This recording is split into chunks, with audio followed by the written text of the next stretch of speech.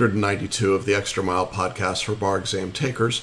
This is your host, Jackson Mummy. So glad to be with you in this spring week. We're in April. Is that amazing? We are now just a couple of weeks away from the first big state to release exam results from February 2017. That'll be Florida. It'll be around the middle of the month, so we'll keep you updated, and good luck to everybody that's waiting on their Florida exam results. And we've got some other smaller jurisdictions that tend to release results in these first couple of weeks of April. So we're just beginning that season, and good luck to everyone.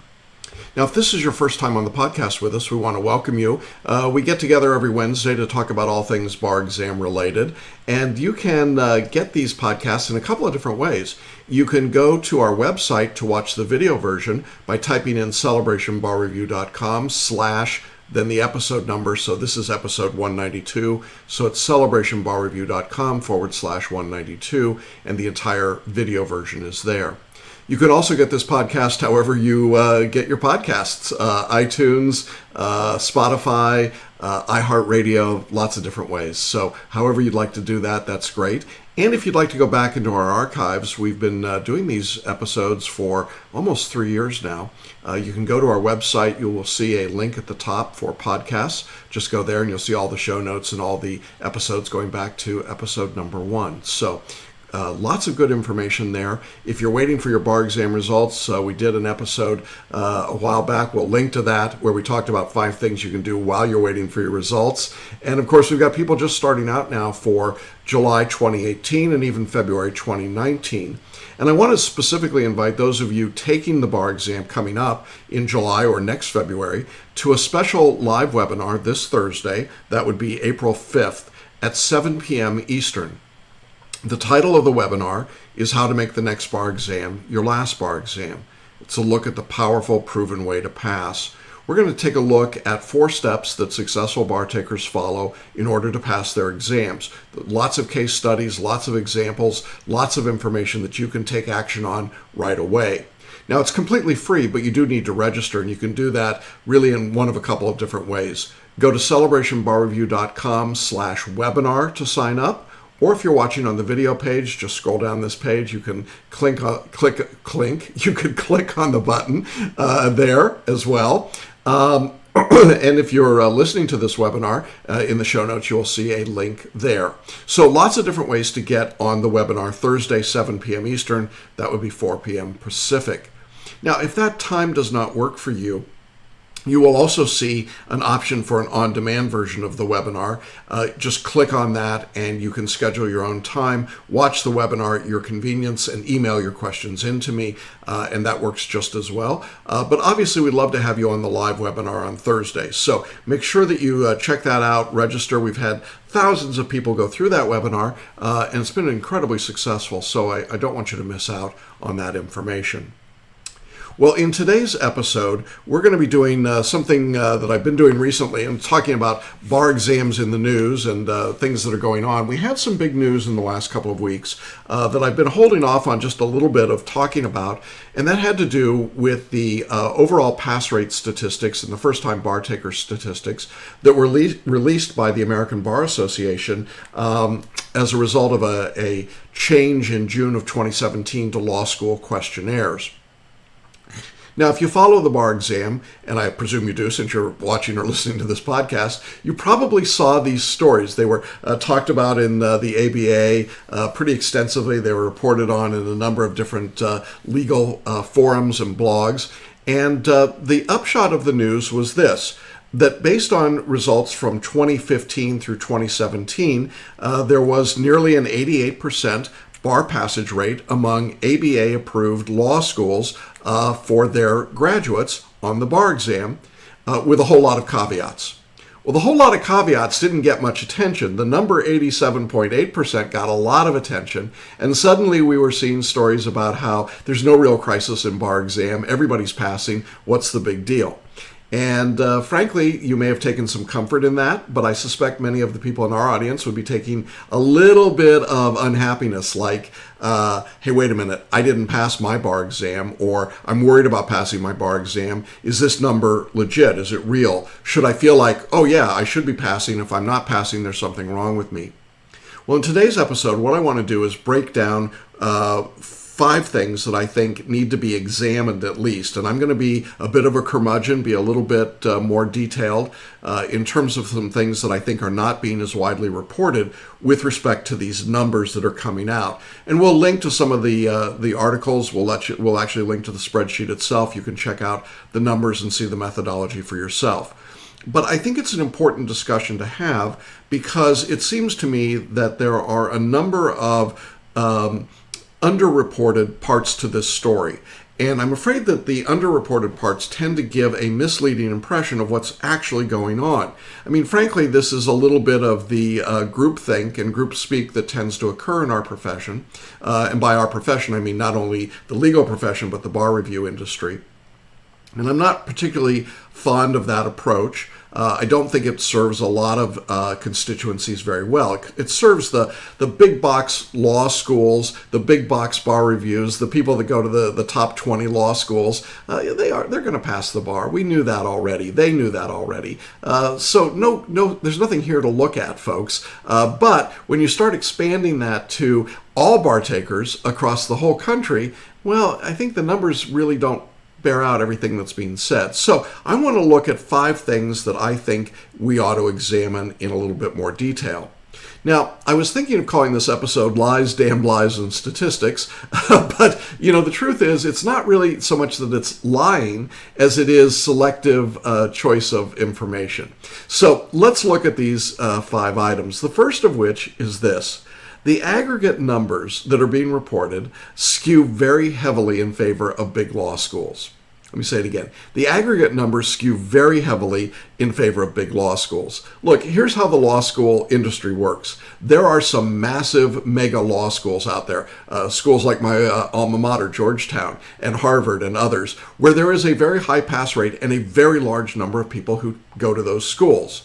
At the other end of the spectrum, we have a lot of smaller schools. In fact, most of you probably went to a smaller law school, not a bigger one. That is to say, a school that might have 100 or fewer bar takers in a particular year. The reality is that when we put all of the numbers together as aggregates, these big law schools carry a disproportionate weight, and so they tend to move the averages in their favor. What they don't show you is how wide the variance actually is.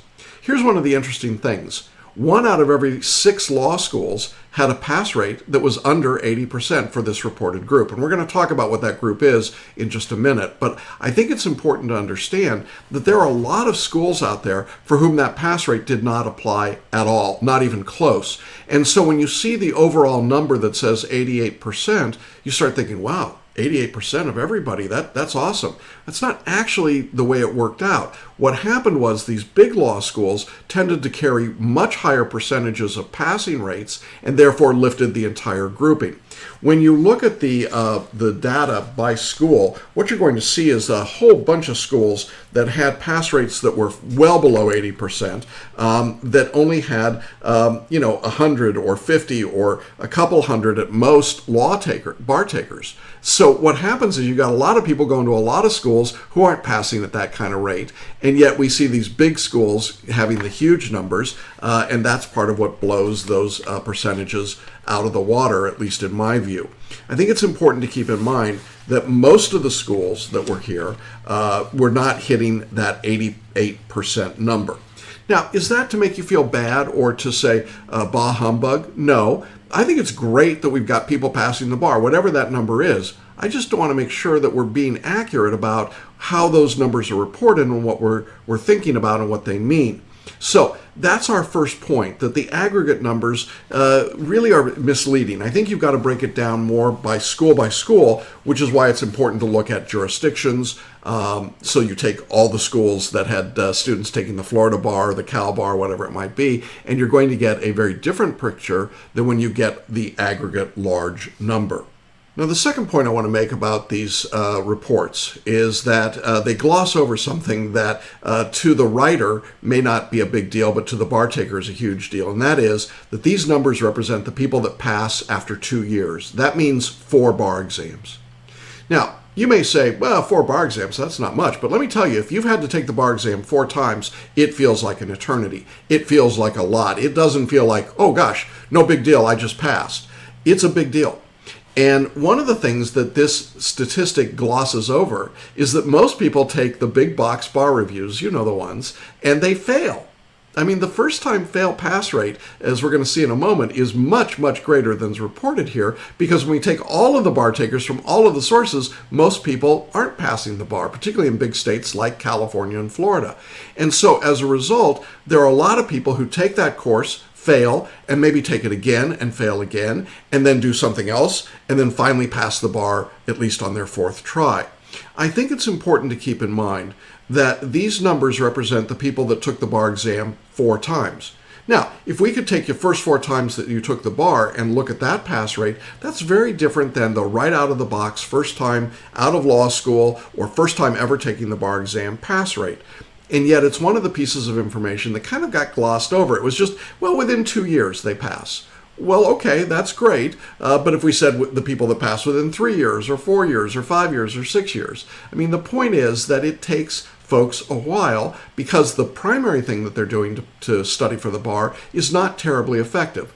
Now, again, I have to caveat that. If you went to a top 20 law school, it really doesn't matter how you study for the bar. You're probably going to pass. You probably have the experience, the ability, the writing skills to pass no matter what you do.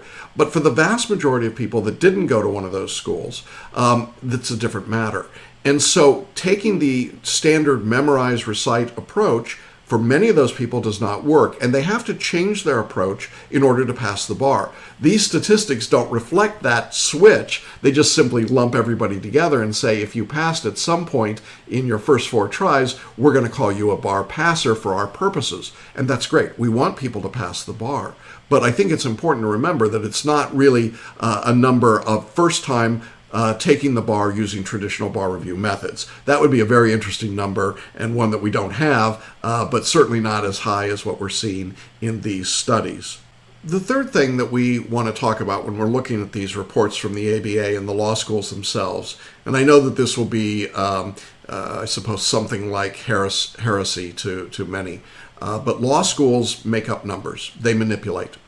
Anyone that's familiar with the U.S. News and World Report law school rankings is undoubtedly familiar with all the game playing that goes on among law schools.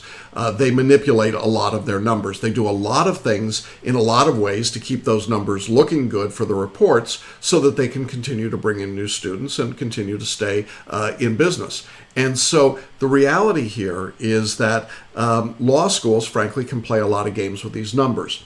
There were several thousand bar takers who did not report their results in this report. There were thousands of people that the law schools simply didn't report on. Well, why is that? The law schools simply said, oh, we just couldn't get that information. I doubt that.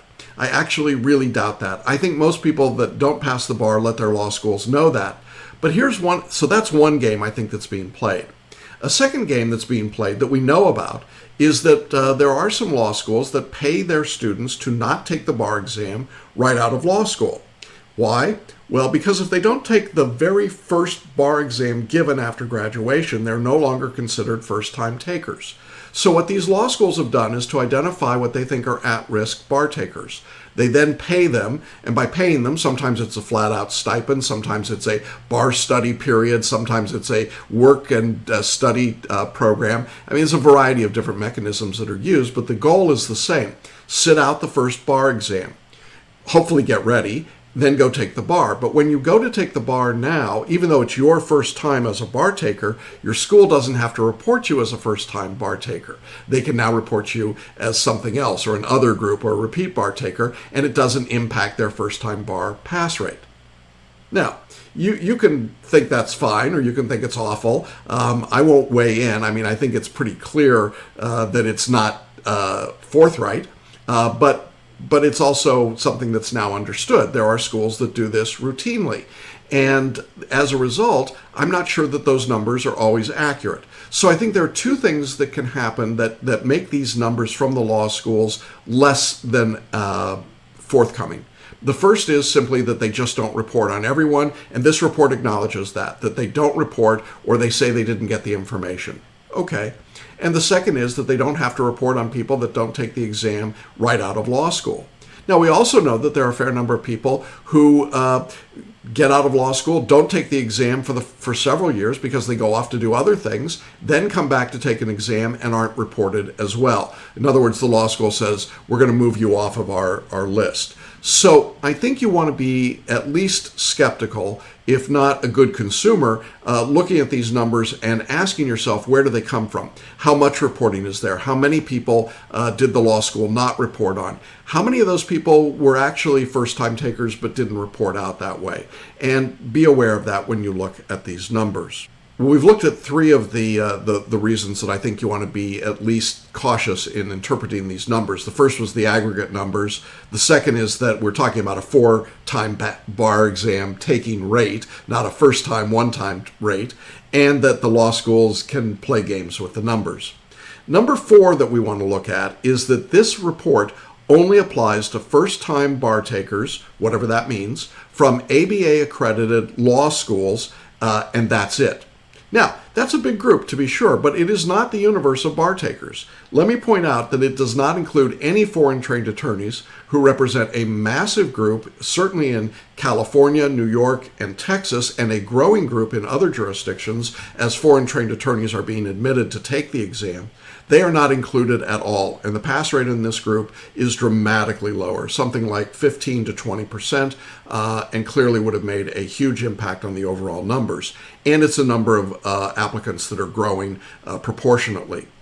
Another group that's certainly not included would be state-approved law schools. Now, this is significant primarily in California, but there are some other states that have their own state-approved, but not ABA-approved or accredited law schools. The students that attend these schools are not included in these numbers at all. Their pass rates are also significantly, and by significantly I mean by 50-60% lower than the numbers that we're seeing here. Now, that could be an argument against going to a state-approved or accredited law school. I'm not making that argument here. I'm simply saying it's a big body of bar takers that are not included in these numbers at all, and you should be aware of that when you're reviewing these numbers and how they should be interpreted. It also does not include correspondence law school students. It does not include those people that did LLMs and then come in to take U.S. bars. So there's a number of groups that are not represented in this category. And then within the bar takers category, there's another huge group that's not accounted for at all. And this would be what I would think of as a distant bar taker.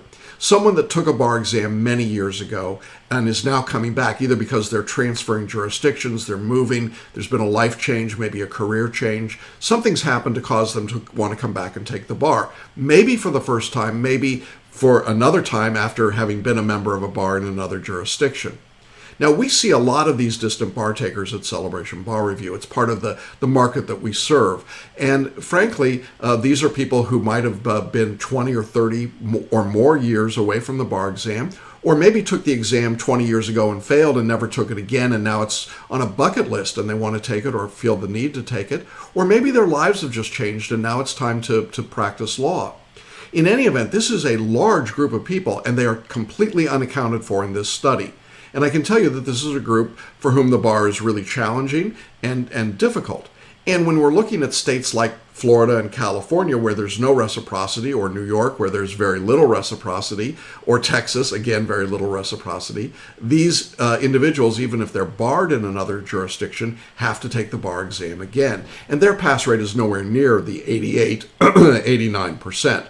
So when we look at these three groups, the foreign trained attorneys, the non-ABA accredited law school graduates, and the distant bar takers, we have a large group of people taking the exam who don't come anywhere near these big first-time 3L pass rates that we're talking about here. And you might say, well, I don't care, I'm a 3L. Okay, that's fine. But I will tell you that there's a substantial number of people taking the bar, in fact, a majority of bar takers in some jurisdictions, that come from these three groups. And so the numbers that you're hearing about from the ABA are focused and limited on their constituency, but that is not the entire universe of bar takers, and therefore it's a misleading number if you apply it and say this is the result of the overall bar. It's nowhere near that number. Very few jurisdictions have an 88% pass rate on their bar exam. In fact, when you look at the states and how they've done directly in their bar exam, We can tell you that the highest pass rate was 87% in Oklahoma. That's the highest in the country, first-time bar pass rate. But then we've got states as low as 40% in Puerto Rico, 63% in Mississippi, and that's the first-time pass rates. When we get to the overall bar taker pass rates, well, now we're looking at really small numbers, and that's my fifth point. The first-time bar takers are not actually the majority in many states. Now, let me say that again. First-time bar takers are not always the majority of bar takers, certainly not in the February bar exam.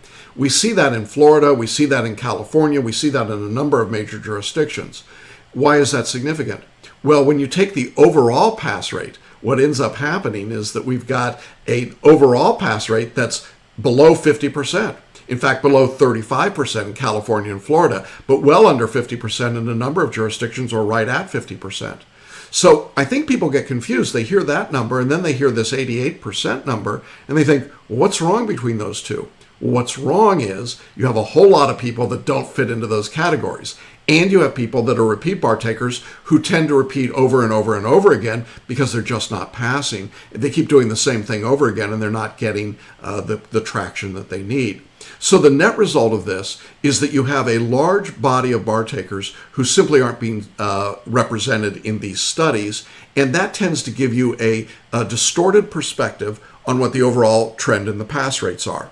You see, what's really going on when you look at the overall trend in the states is bar pass rates are going down. They are not going up. There's a slight uptick in a couple of jurisdictions, but generally, overall, the numbers are going down.